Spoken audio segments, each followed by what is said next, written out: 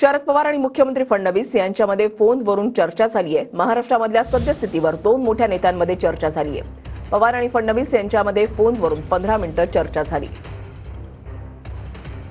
एकत्र राहणारी माणसं आज एकमेकाशी शत्रू व्हायला वागतात। काही गावांच्या मध्ये एवढं दहशतीचं भीतीचं वातावरण आहे। आजच माझी इथे येण्याच्या आधी मुख्यमंत्र्यांची सविस्तर चर्चा झाली आणि राजकारणात काही मजेत असली नसते, पण हे चित्र महाराष्ट्रात होऊन द्यायचं नाही। काही झालं ते ऐक्य करायचंच।